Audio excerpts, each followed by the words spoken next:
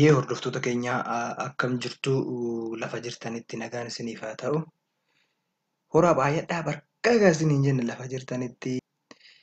Har'a immoo isa tanaan dura Excel isiniif hojjenne irratti har'a immoo akkamittiin gireedii barattootaa barreessuu dandeenya, akkamitti gireedii kaa'uu dandeenya, kan biraa immoo baay'ina ABCD keessa baay'ina A barbaruu oduu barbaanne lakkoofsa ani isin agarsiisu lakkoofsa xiqqaadha.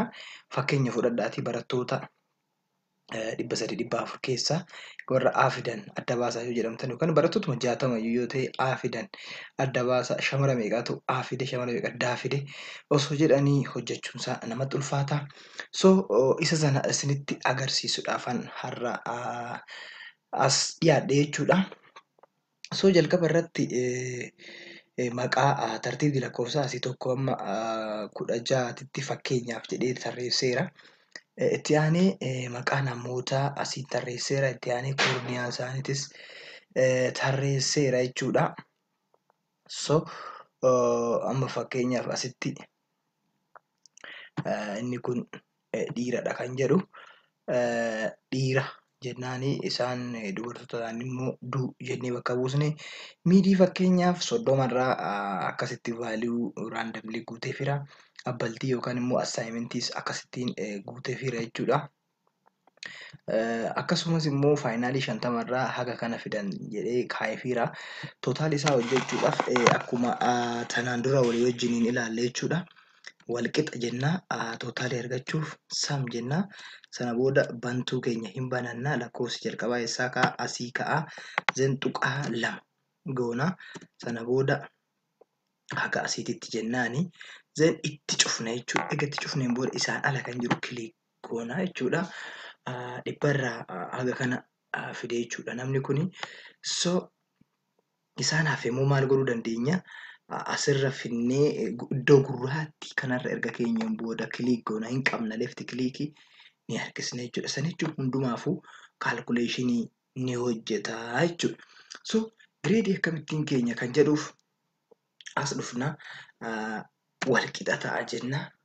Walqixa ta'a jenna. Zen if jenna. If ishee tana jechuudha.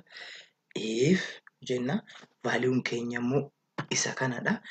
If this is equal to jenna greater than or equal to value kenninaa fi greater than or equal to meeqa yoo ta'e greater than or equal to 90 ol yoo ta'e koomaa inni qoodduu goone kootii keessatti jechuudha yookaan immoo waraabbii keessatti A pilaasii inni barreessina jechuudha waan biraa miti. Zan egaa akkana inneen booda maal goona? Ammas koomaa goona jechuudha. Koomaa goona if jenna. Koomaa goone. If gaafa if jennu ammas vaaliyuu kana fudhanne jechuudha. Foormulaa isaa asitti ilaaluu dandeessu jechuudha. If then vaaliyuu kana hin fudhanna greater than or equal to 85 yoo ta'e alaa ta'u vaaliyuu kenninaa fi A normaalii haa ta'u then waraabbii keessatti deebisna jechuudha. Ammas koomaa goonaa then if jennee jechuudha. If jennee barreessina. If jenna then ammas 76 kana tuqnaa greater than or equal to 80 yoo ta'e koomaa goonee space godhachuu hin dandeenya rakkoon qabu. Then A minus jennaani then ammas koomaa goonaa then koomaa erga gooneen booda if kan jedhu barreessina harkaanii ishee nu dhuftu tana double click goone hin bananna jechuudha. Then isa kana tuqnaa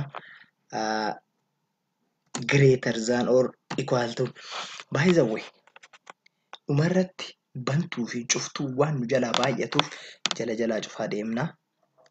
Isa kana tokko inna isa kana 2 isa kana 3 isa kanaan 4 cufaa jechuudha. Then greater than or equal to 80 jenna jechuudha. 80 yoo ta'e maal ta'a? Greater than or equal to 80 hojjennee irraa 75 jennaan jechuudha. 75 then maal ta'a?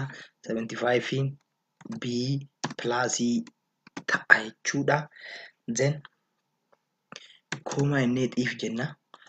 Kanaafuu si'a meeqan cufaa? 1 2 3 4 si'a 4 cufa jechuudha. Maaliif asitti 1 asitti 2 asitti 3 asitti 4 jechuudha. Ammas shanaffaa banuun kun oolu waan ta'eef asan dhufa if hin jedha. Kan kana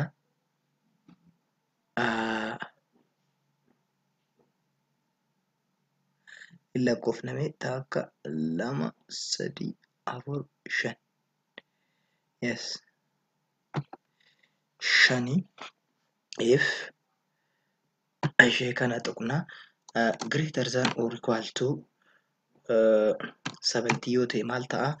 Koomaa goonee waraabbii keessatti b normaalii ta'a jechuudha. Kunnaa fi then if jennee barreessinaa. Then ifin ammas isa kana tuqnaa greater than or equal to jennaani 70 dhaa ol jennaani 70 dhaa ol immoo b minus ta'a. Then b minus hin keenyaaf jechuudha. Then ammas itti cufna. Then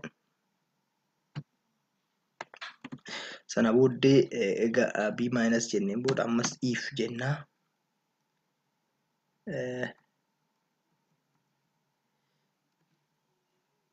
If jenna as biratti nuu fideera. If this is one greater than or equal to 65 jennaani koomaa goonaa. Then c plus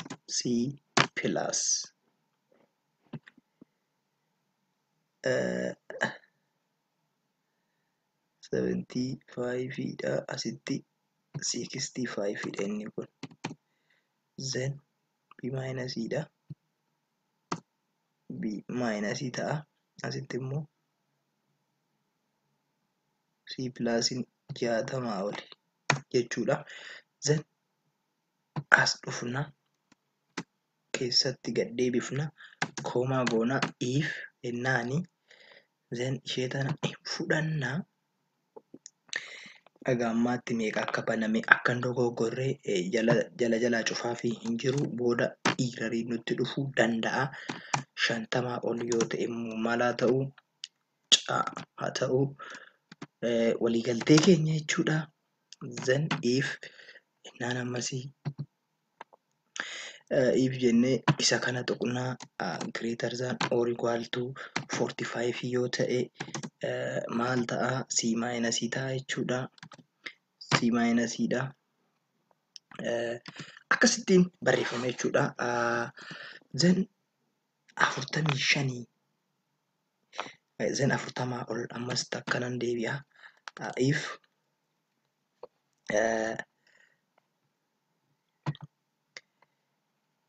this one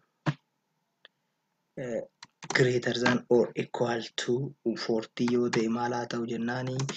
Waliigalteedha waan ta'eef d haa ta'u jennaani. Then isa achi kan jiru immoo ammas if jennaan jechuudha. Egaa if jenneeni booda if value inni kun egaa akkasitti barreessineen booda wal qixa ta'a. 30 ol yoo ta'e maal haa ta'u? Waliigalteedha kunis f of x jennaan jechuudha. Then kanaa achi kanaan ala kan ta'e immoo maal haa ta'u jennaani? F dha jechuudha. F ta'a jechuudha. Then baay'ina waraabbii banneen lakkaawwanna jechuudha. Asitti 1 2 3 4 5 6 7 8 9 10 kudha tokko cufna jechuudha. So salphaadha. 1 2 3 4 5 6 7 8 9 10 11 cufnaa jechuudha. Then egaa kana cufneen booda as dhufnee asitti click goonaa. Then alarratti click godhuu hin dandeenya jechuudha. Value nu jalqabaa jechuudha. Inni jalqabaa egaa dhufeen booda double click yookaan left click keenya fayyadamnee jechuudha. Value keenya gadi harkifnee jechuudha. Haga dhumaatitti nu hojjetee nu fideera jechuudha. So bifa kanaan gradii hojjenna jechuudha. Amma immoo baay'ina A argachuu yoo barbaanne akkamittiin arganna? A meeqatu dhufe kan jedhuuf formulaan jira. As dhufnaa sana booda count if han jettu tana filla. Yoo jiraachuu baate asitti count if jennee barreessina. Sana booda go jennaani irra nuuf oola inni sana booda okay naan jechuudha. Okay jennaani akkasitti nuuf fida.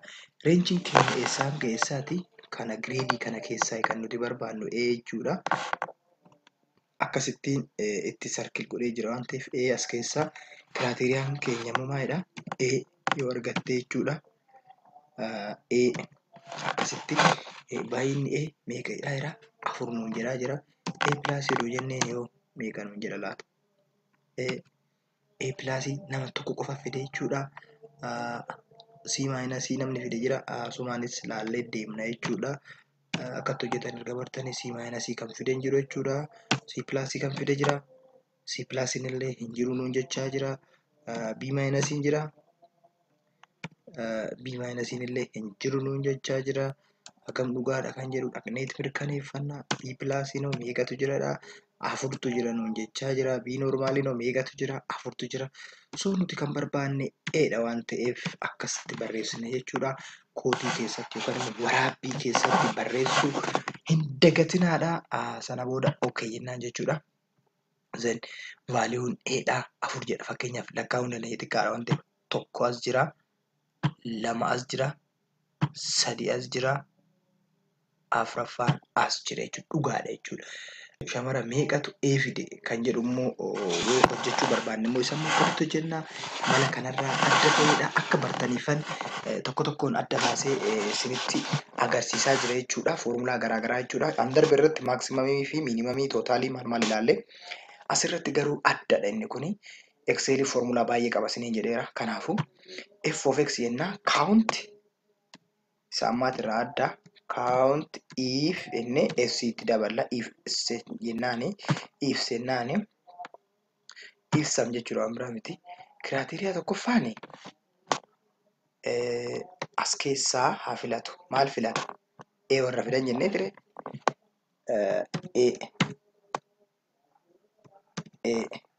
A barreessina. Kiraateriyaa lammaffaani